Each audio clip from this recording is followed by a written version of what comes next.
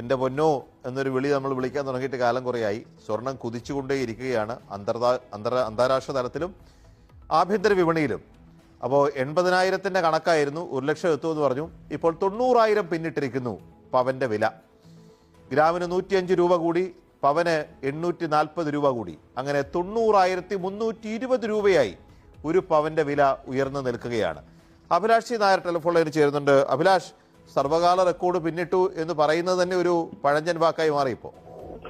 സുരേഷ് 90,000 കടന്നെങ്കിലും സുരേഷ് നമസ്കാരം കഴിഞ്ഞ് ഏതെങ്കിലും ആവശ്യത്തിന് സ്വർണം വാങ്ങേണ്ട ഒരു സാഹചര്യം വന്നാൽ കടകളിൽ ചെന്നാൽ ഒരു പവൻ വാങ്ങാൻ 98,000 രൂപയെങ്കിലും വരും. കാരണം ഈ പണിക്കൂലിയും നികുതിയും ഹോൾമാർക്കിംഗ് ചാർജ് അടക്കം ഒരു പവന്റെ ഒരു ആഭരണത്തിന് 98 അടുത്തേക്ക് എത്തി. അതായത് 1 ലക്ഷം മറികടക്കാൻ അധിക ദിവസമില്ല എന്ന് ആണ് നമ്മൾ മനസ്സിലാക്കേണ്ടത്. ഇതൊരു വലിയ കുതിപ്പ് ആണ്. കഴിഞ്ഞ കുറെ നാളുകളായി സ്വർണം ഇങ്ങനെ വർദ്ധിച്ചുകൊണ്ടിരിക്കുകയായിരുന്നു. $4,000 മുകളിലേക്ക് സ്വർണത്തിന്റെ വില രാജ്യാന്തര വിപണിയിൽ ഇന്നലെ എത്തിയതാണ്.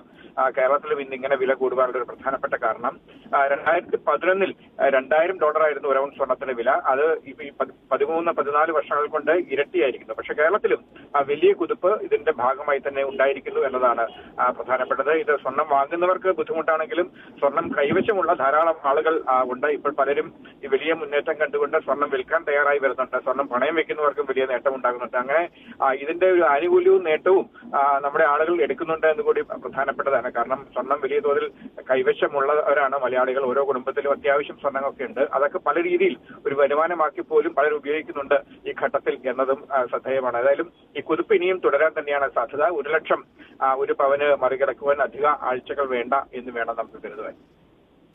ശരി, അഭിലാഷാണ് വിശദാംശങ്ങൾ നൽകിയത്. ഒരു 5,000-6,000 രൂപ വിലയുണ്ടായിരുന്ന കാലത്ത് സ്വർണം പണയം വെച്ചിട്ട് ഓരോ തവണയും സ്വർണത്തിന് വില കൂടുമ്പോൾ അത് പുതുക്കിയെടുത്ത്